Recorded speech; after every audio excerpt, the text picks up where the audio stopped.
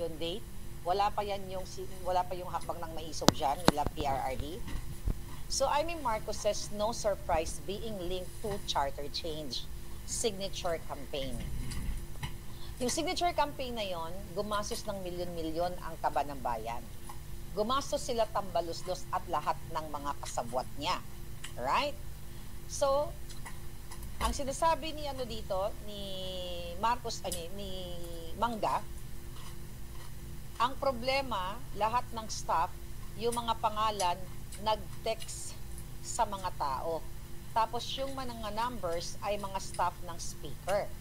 So, hindi mo masisisi yung tao na siyang tinutumbok. Okay? Tungkol dito sa charter change na yon. So, pasunod, dumami ang article hanggang sa ito, another article patungkol dito sa charter change. Kasi mamaya papakita ko sa inyo yung text message ni Daryl Yap sa akin na akala ko nung una talagang para sila kay Sara Duterte, para sila sa taong, not only for Inday para sa inyo. Then January 26, ang ingay ni Mangga noon. That's January 26 article. So you have to see the timeline. Okay?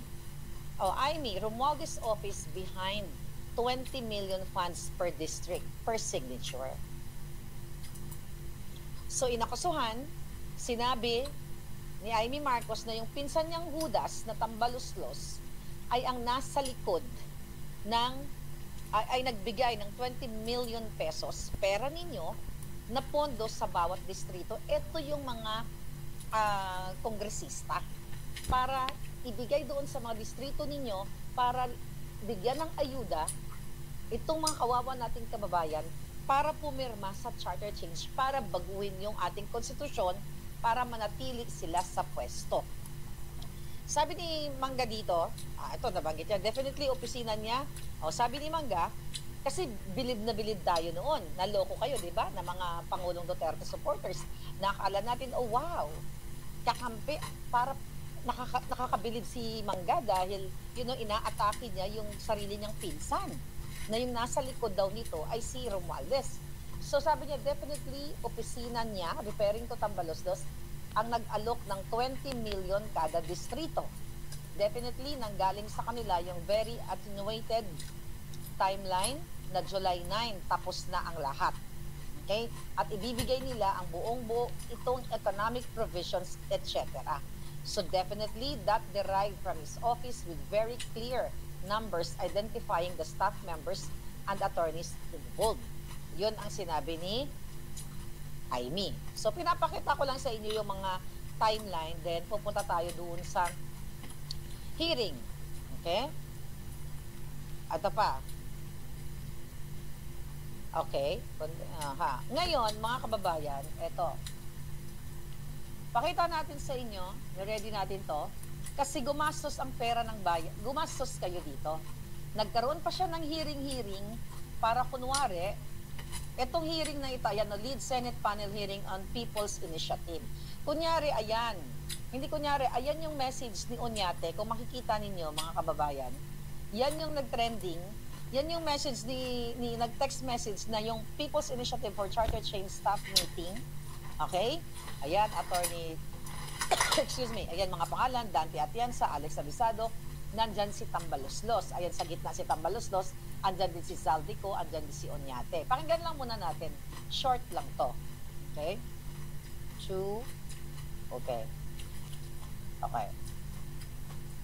Magsimula tayo lang sa 2. Tingnan mo.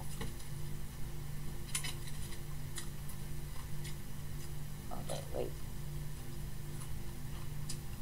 In your various Facebook posts, I see you often in the House, Congressman Garbin. I presume you are a consultant of Congressman Chairman APRO Chair Zaldico? I serve as the Executive Director of Ako Bicol Party. Okay. And so I work with... Bigyan ko lang kayo ng background. Yung moment na yan, ano tawag dito, kino-cross-exam na nila itong mga resource person na yan na mga kasabwat ni Romualdez, ni Zaldico. Yan yung 4 hours yan. Pero hindi ko ipapakita sa inyo yung 4 hours na yan. Ngayon, ito lang, tignan nyo lang muna to.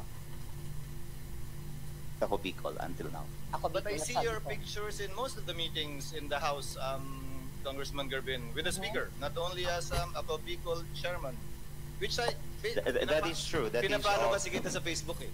that is of Pinapakita na lagi niyang kasama. Ito yung mga kasabot nila doon sa charter change na to. public knowledge that Abisado. you can browse my Facebook, talagang puno ng pictures ng house dahil nagtatrabaho po ako sa Ako Bicol Party List, which happens to be ang isang representante ay chairman ng Committee on Appropriation. Actually, Just to settle that fact, Madam Chair. Now, proceeding with the question of the chairperson, Mr. Oñate, you said you contacted congressmen to get the 3% per district. Nasabi ko nga, kung ako din yung nasa kalagayan yung sinusulong to, kukontakin ko rin yung congressman dahil per district ang usapan, di naman per barangay eh. Di ba? Per district ang usapan, di naman per munisipyo eh. So, yan yung sinasabi ni Mangga. Okay, na nagbigay ng pera na 20 million si Romualdez sa per district. Okay. papunta dun sa tanong ni Senator Amy, Chairman Amy, sino po yung mga congressman na kinontak po ninyo na umuo po sa inyo, natutulungan kayo na makuha yung 3%? Kaya naman namin naisip na lumapit sa mga congressmen is Yung mga pangalan na lang po, please. Marami po pa tayong testigo. Nandito na si Congressman Justice Rufus Carpio. Rodriguez, At kinausap namin, salamat si tayo. Congressman Garbin, kinausap ko. Sino ba po? Sino ba po? There are Sina several- Congressman Saldico kasama at si Speaker Romualdez. Sa Saldico, no, I didn't talk to Saldico. Okay. Kino-cross-exam na dyan ni Amy Mangga kasi nga ipapakita niya na yung picture. So kino-cross-exam niya ito kung kasama ba sa kanilang meeting doon sa charter change na kung saan nag-usap sila na babaya o bibigyan per district ang mga kongresistang ito ng tigto 20 million para ibayad sa mga tao para pilitin o sapilitan o linlangin para permahan yung PI na yon. Listen. Ganon po ba? Sigurado po kayo kasi marami-rami ang meeting ninyo, mga party, dinner. Sabi nga ninyo, ilang beses kayo. Sigurado kayo wala si Speaker, wala si Congressman Saldico kapakita niya sa yan. anumang pagtitipon.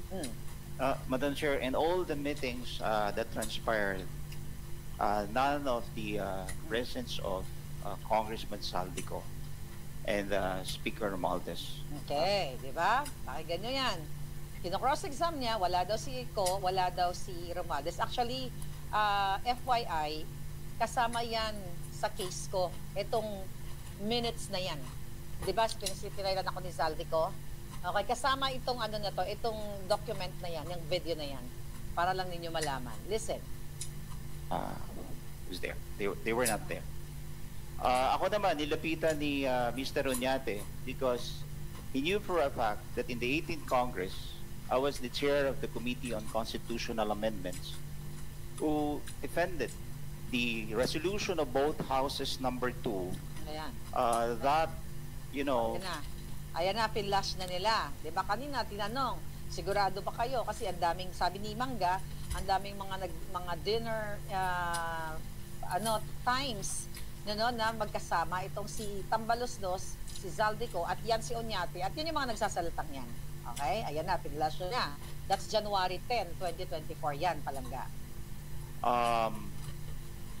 pass the restrictive economic provisions of the With Constitution. due respect to Congressman Ayun na. Garbin, may we just recognize the chairperson because they're flashing very important picture on screen. Bumilib tayo kay Mangga dyan, di ba? Okay, tignan natin kung bibilib kayo.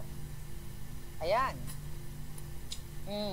I received this photo. Galing ni Amy, ano? I believe Kala mo, it was totoo. one of the meetings that you alleged, Mr. Oñate. Can you identify the people in the photograph? Why can't they show the photo? Yeah, we're trying to enlarge the picture to share it with everyone in the room.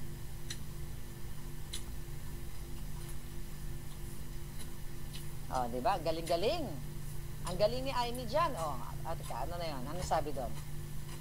There we go. I think that's as big as People's we can Initiative get for it. Charter Change Staff Meeting, January 8. People's Initiative for Charter Change Staff Meeting, January 8. Can you tell us who are in the picture, Mr. Oñate, please? Oh. Madam Senator. Just The question is who, sir? But you That said was the you time- never that had was the any time meetings. that I coordinated with the speaker. You said you never met the speaker. Never Nor met the Mr. speaker. Saldico, our congressman. Harap You're ng under oath, ina. sir. Kala mo totoo. Yes, that was the time that I met with the Sasabi speaker. mo lang na hindi Sinungaling. naman kayo nagkita. Sabi nyo sina Congressman Garvin lang. Yeah, because you know, it slipped my mind. It slipped my mind. Ayan. It's, it That slipped my was the Okay mind. time lang, that okay I- lang. that Kung I nakalimutan sought- ninyo that was the bigla, time that I sought the is help of the Speaker speaker. Martin- Diba, mga kababayan, naalala ninyo, nag-trending yan, nag-viral yan. Nagpapakitang gilas si Amy, natuwa tayo, na akala talaga natin para sa Pilipino, na binuking niya si Romualdez. Pero, kumusta naman? Nakasuhan ba to mga to? Hanggang dyan lang yan. Yung mga kadyotahan niya. Tignan natin. Romualdez supporting your to group. help This us is- in the signature campaign. Yes. Okay, so it's very clear that Speaker Martin Romualdez is supporting your group po. He is all out behind the People's Initiative. Is that correct? Yes, we coordinate with the speaker. Okay, so dinidiin niya na si Tambaluslos ay ang nasa likod nitong charter change noong nakaraang taon. Kita nyo, talagang bilib na bilib tayo. Wow, ang galing ni Mangga. Pero mamaya, sa text message ni Daryl Yap ng puting aha, Thank you very much, puting And aha. getting the Give it 3% back per to- congressional district. That's correct, Madam Senator. Thank you very much for helping us along with this investigation. I'd like to turn it back to Senator Cheeks. Okay, hanggang doon na lang yan, Palangga. Alright, are you ready? Are you ready? Sino nakanood sa inyo nun? Mga kababayan, bilib na bilib tayo noon. Nung time na yon, pinalakpakan natin si Amy Marcos. Sabi nga ni Amari, tama si Madam Hanelet, maraming ek-ek si Mangga. So, I will show you now yung text message namin ni Daryl Yap.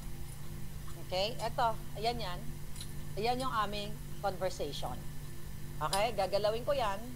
Okay, papakita ko sa inyo yung pinost ko nung January 20, yung message niya sa akin, January 26. January 26. There we go. Para maintindihan ninyo, dito ko ipapakita. Dali lang.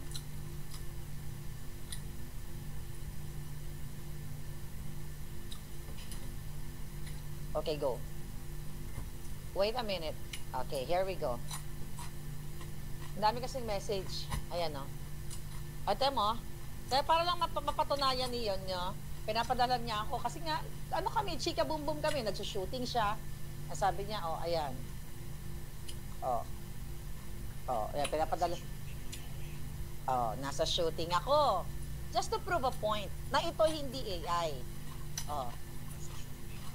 Okay, nasa shooting siya. Pero hindi yan. Irrelevant yan actually. So, here's the message. Total, operation nila ay i-discredit ako. Okay, pakita natin ang katotohanan, Daryl.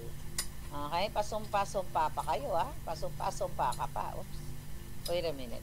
Oh. Okay, nasa na? January, ito na. Malapit na tayo. January 26. Here. January 26. Okay, sinend mo na. Ang dami naming message. Pero yung hindi lahat ay papakita natin. Anong sasabihin, okay? Ito yung nag-speech si, hindi ko nakilala ang ama ko. Traumatic experience. Wala siyang pakilala. Okay. Ito po yon mga kababayan. January 26, nagsimula kaming 26. Ayan, ano ba itong sinend ko sa kanya? Ano yan? Okay. Yan yung conversation namin kasi nahanap ko yung hinahanap ko yung We Will Be Live. Okay, hinahanap ko yung ni Marcos, ni Mangga. Ayan, January 26, may sinend ako sa kanya. Sabi ko, ano yan? Pinabura? Sabi niya, yes. O, sabi niya, all out na si Manang. Sabi ko, ayan, may mga conversation kami. Ngayon, sinend niya to sa akin on the same day. Okay? Okay. Kasi yan yung message mo, Daryl. Okay? Itong message na ito, kinat niya nung una. Nakatanggal yung pangalan ni Amy Marcos dyan. Then, here, nag-video call kami. Ayan, no? I don't know kung anong pinag-usapan namin dyan. Pero baka na-transcribe ko yung yung pinag-usapan. Kasi usually, hindi ko pa nahalungkat yung mga notes ko after kung nag-usap kami, nino-notes ko kung ano yung mga chinichika boom namin. Alright, so now, Aimee. Ayan yung message ni Aimee. Nabasa nyo na yan sa Boljakan, na. Screenshot nyo. Bakit ko pinakita sa inyo yung timeline nung charter change? Kasi kanina, doon sa video na pinakita ko, bilib-bilib tayo, di ba? Ang galing-galing. Mr. Oñate, di ba? Sino ang kasama mo sa dinner? Napanood nyo na yun, yung mga kapapasok lang balikan nyo. Pero dito sa mensahe na ito sa akin, ni Daryl Yap, dahil meron akong direct number kay Aimee Marcos. Pero hindi ako katulad ng iba na parang feeling close. Kasi hindi ko kinoconsider na close kami. Okay, hindi katulad ng iba, nagka-picture lang, close kami. Ay, close sila. So yan mga kababayan, ang sabi dyan ni Aimee Marcos, message nila to ni Daryl. Anong sasabihin sa Saturday sa prayer rally? Wait a minute. Yun yung nagsalita siya sa JIL na napapalibutan, hipuin sana ang ulo ng kapatid ko, napapalibutan ng demonyo. Remember that? Okay, now here. Traumatic yung meeting kay BBM kanina. Kunwari, wala siyang alam.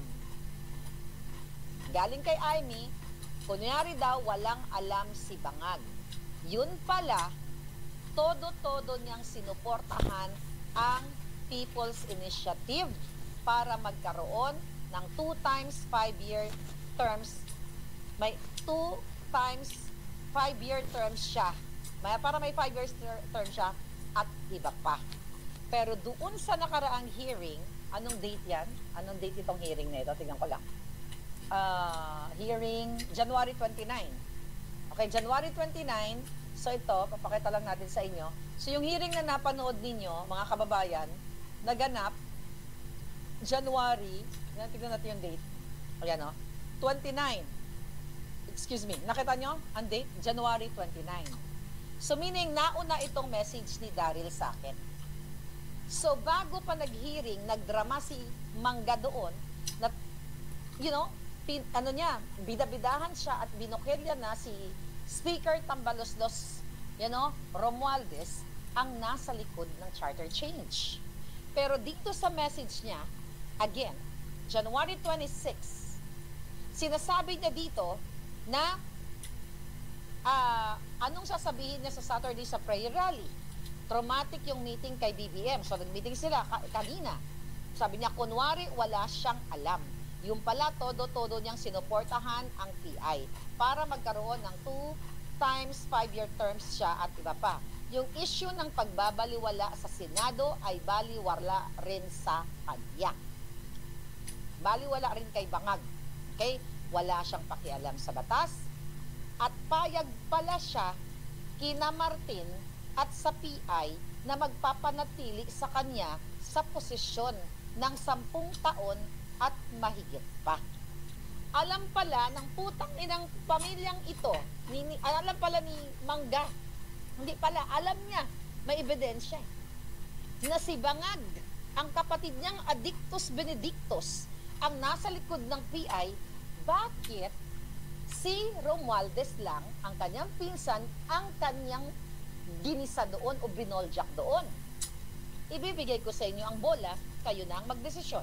And there's another, for sure na screenshot nyo naman. Sabi yan, nakakahiya.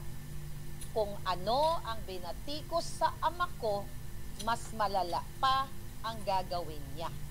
Traidor siya sa konstitusyon. Traidor sa bayan. Traidor sa aming pamilya. Hindi ko na siya kilala. Higit, hindi siya maaaring anak ng ama ko. Yan po yan, mga kababayan. So meaning, wala naman talaga tayong pag-asa kay Aimee Marcos. Dahil kahit kailan, dahil kahit alam niya na ang kapatid niya ay adik, ang kapatid niya ay nasa likod ng putang ng jutang jinin ng initiative na yon na pinaglaban ni Pangulong Duterte, na una niyong narinig ni Kong Ungab, ni Attorney Vic, nila Cabsec Ibasco nung January 20, basta 28, basta January yon. I just forgot the exact date. I-message ko yan kung kailan yung unang-unang maisog. Doon sa Davao, na pumunta si Amy doon. Di ba pumunta siya? At saka si Inday. Doon nagsalita si Pangulong Duterte, bangag-bangag. Tapos may mga meme doon na lumabas na talagang si Inday at saka si Amy ay magkaanuan sila, magkasangdagdikit sila. Doon nga nagalit si Lisa Tanas sa interview niya kay Taerna nang naging present si Inday Sara doon sa pagtitipon na yun sa Maisog na sinabi ni Lisa, ano yun, bangag-bangag. Kung maalala ninyo. So lahat ng ito, tama si Lilian Rexman, lahat ito ay mga kasinungalingan lang ni Amy. So ngayon, mga kababayan, patunay na kahit si Marcos Jr. ay alam ni Amy na bangag na nasa likod ng lahat ng pagnanakaw, hindi niya talaga ibubukelya yan. Kasi nga kapatid niya, umasa ako. Dahil, hanapin ko pa yung conversation namin ni Daryl Yap. Madami to pero wag natin ubusin. Kadiri, Again, layo ko lang yung bilat ni Lisa, kanita nyo. Gagamit, kadiri. Kadiri talaga, ang sarabutan niya. Okay?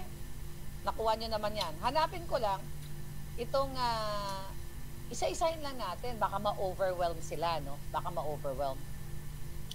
Ano to? Tambalisa, ang dami namin conversation. Hanapin ko lang, ang tungkol kay Inday Sara. Hanapin ko lang yun, Day. I hope, dali.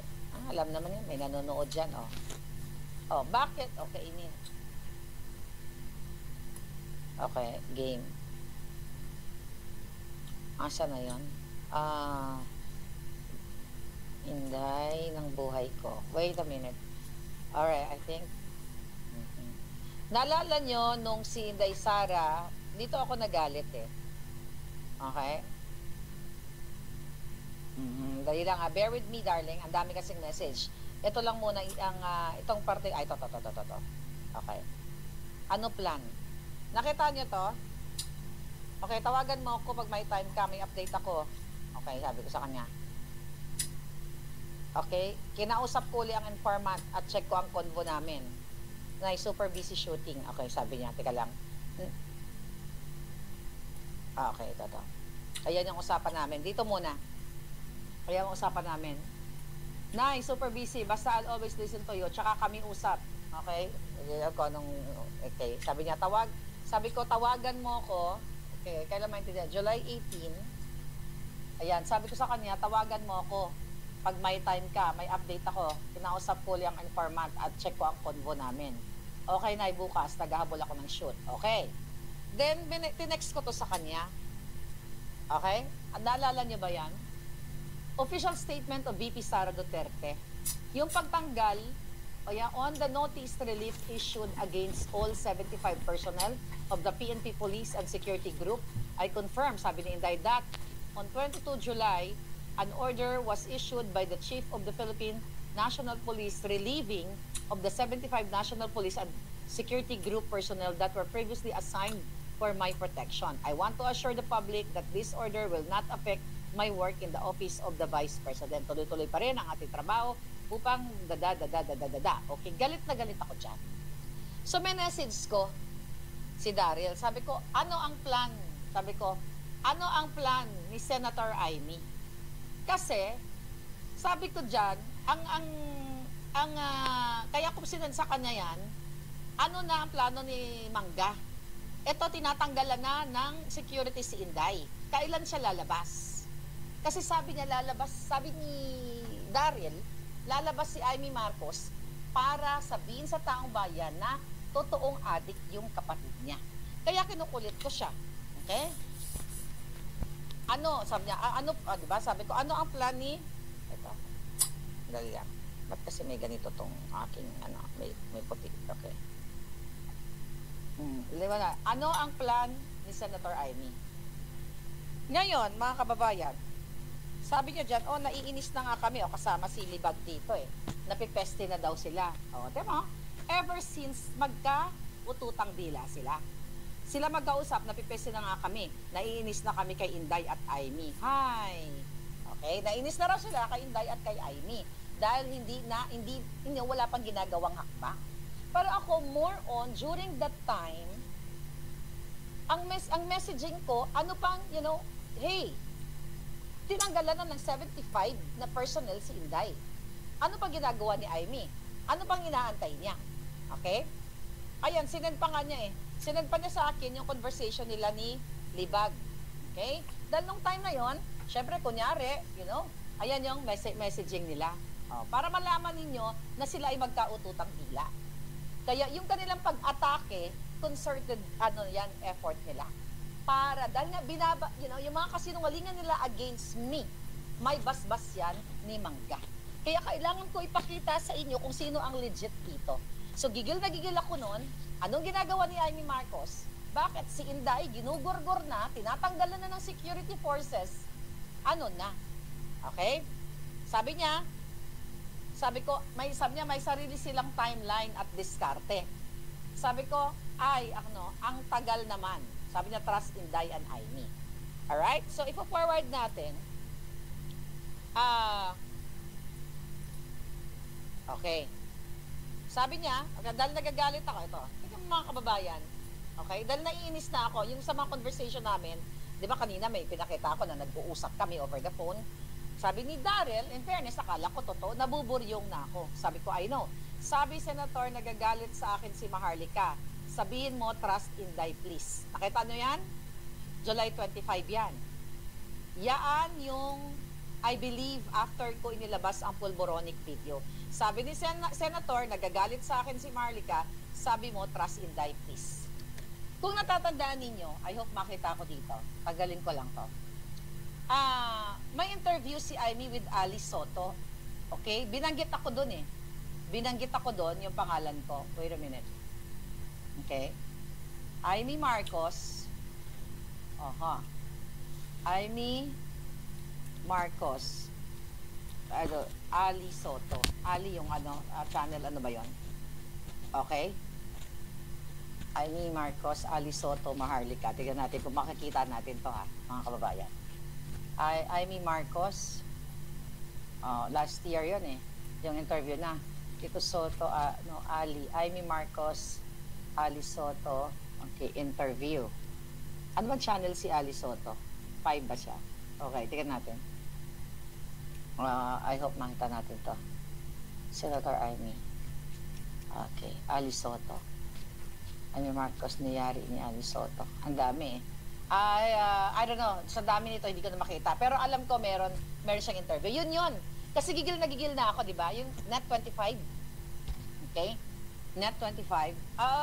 Basta siguro susunod natin vlog ipakita. So, nagme-message niya. Kasi nakikita ni Aimee doon sa interview kay Ali Soto, ang parang ang tanong doon, yung loyalista niyo na si Maharlika. Grabe, galit na galit. Kaya sabi ni Mangga doon, na for sure napanood yun, ay naku, oo nga, nakakalungkot. Kasi yun si Maharlika, loyalista namin yan, Marcos na talaga yan, ganyan. Kaya may message, ito si Daryl Yap sa akin. Sabi ni Senator Aimee, ayan. Kasi gigil na ako noon. Gigil na ako dahil tinatanggalan na si Inday ng mga, gugurgurin na, tinatanggalan ng security, wala pa rin. Sabi na pinagtatanggol niya sa pag-alis sa Germany sa PNP bukas pa. Okay?